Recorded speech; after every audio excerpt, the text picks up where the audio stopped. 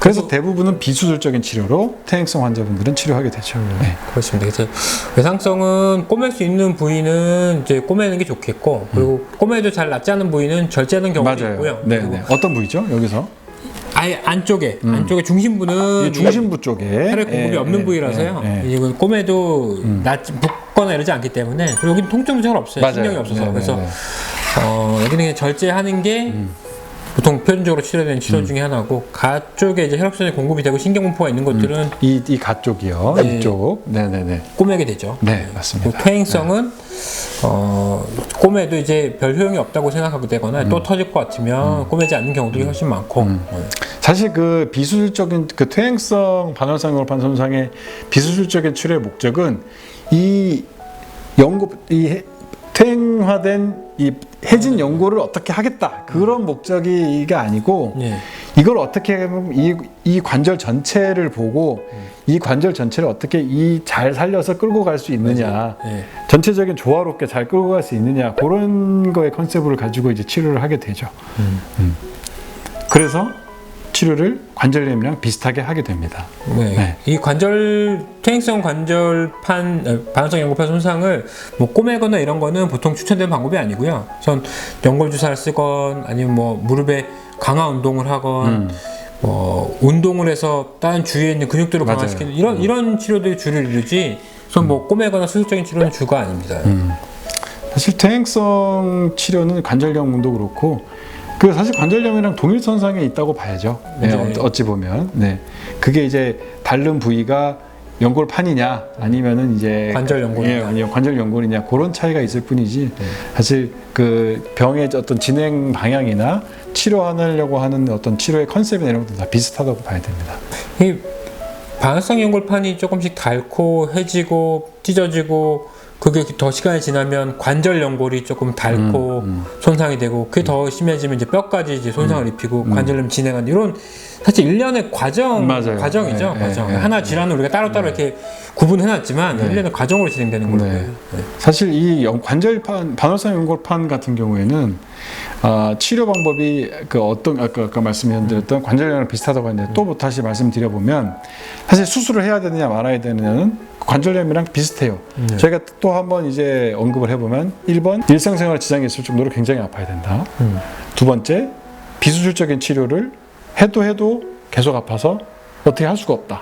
세 번째는 그때는 엑스레이에서 관절염이 보였겠지만 이번에는 MRI를 찍었는데 연골 손상이 많이 돼 있거나 그렇게 세 가지, 특히 첫 번째 굉장히 아프거나 비수술 치료에 반응을 안 하거나 이 두 개가 꼭 지켜져야 수술을 합니다.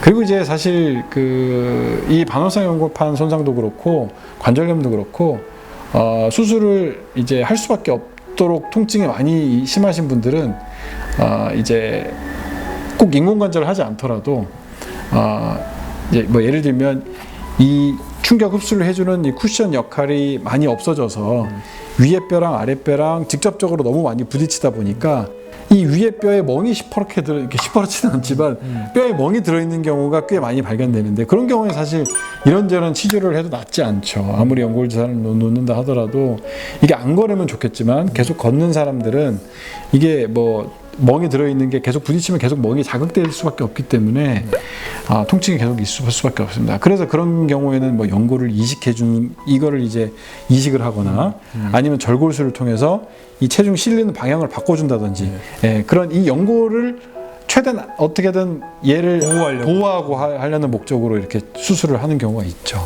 연골은 사람마다 이 정형외과 의사들 중에서도 이제 치료가 조금씩 다른 경우도 많고요.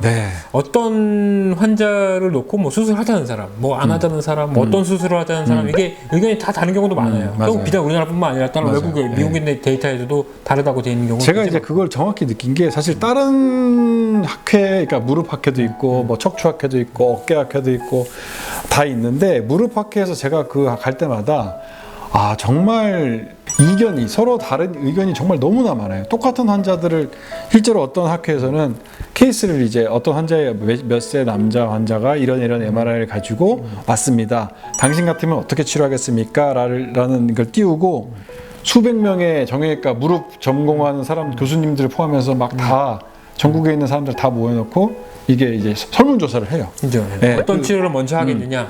1번 뭐, 2번 뭐, 3번 뭐. 다 달라요. 근데 1번 25%, 2번 25%, 다 달라요. 뭐 이런 식으로 한쪽으로 몰리는 경우가 사실 잘 없습니다. 네, 물론 이제 그런 것들만 딱딱 뽑아가지고 이제 그쵸, 그쵸. 보여줘서 그런 것도 있겠지만 그만큼 이제 누구 말이 옳다라고 확실히 가장 얘기할 수 없는 부위가 연골이 아닌가. 그렇습니다. 네. 그게 사실 왜냐하면 이게 이견이 많다는 거는 그만큼 제일 베스트한 치료가 없어서 그런 거죠. 그럴 수 있어요. 네. 근데 이게 정형외과 무릎 하는 사람들도 의견이 물론 있지만 이 다른 뭐 재활의학과나 뭐 다른 분들까지 더 합해놓으면 의견이 더 많아져. 맞아요. 예. 정형외과는 기본적으로 뭐 이렇게 무릎 수술하는 사람들한테도 의견이 다 달라요. 수술 방법도 의견이 다 달라요. 수술 하자고 하는 사람, 안 하고자 하는 사람도 굉장히 많고. 맞아요. 예. 그래서 참 논란이 있는 부분인데 그만큼 또 이 연구가 많이 되고 있는 분야 중에 네. 하나고 또 정답을 찾으려고 또 많은 사람들이 노력을 맞아요. 하는 분야이기도 네. 합니다. 아마 가장 많은 연구비가 투입되는 분야가 아닌가. 네. 그래서 이제 저희가 환자분들이 가끔 질문하세요. 연골 주사 맞으면 연골이 살아나나요? 그죠? 네. 아니죠, 그건. 연골을 재생시키는 치료는 아직까지도 없습니다. 네. 네. 근데 이게 퇴행성 변화이기 때문에 그전처럼 돌아가기는 참 어렵고요. 그래서 나빠지기 전에 관리하는 거, 그리고 맞아요. 어떤 외상을 입을 수 있는 스포츠 활동을 할 때 굉장히 조심하는 거, 이런 것들이 꼭 필요하다고 생각합니다. 네, 네.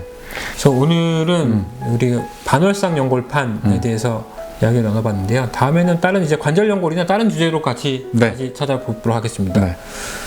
네. 구독과 좋아요 알림 설정 눌러주세요. 부탁드립니다. 네. 예, 감사합니다. 네.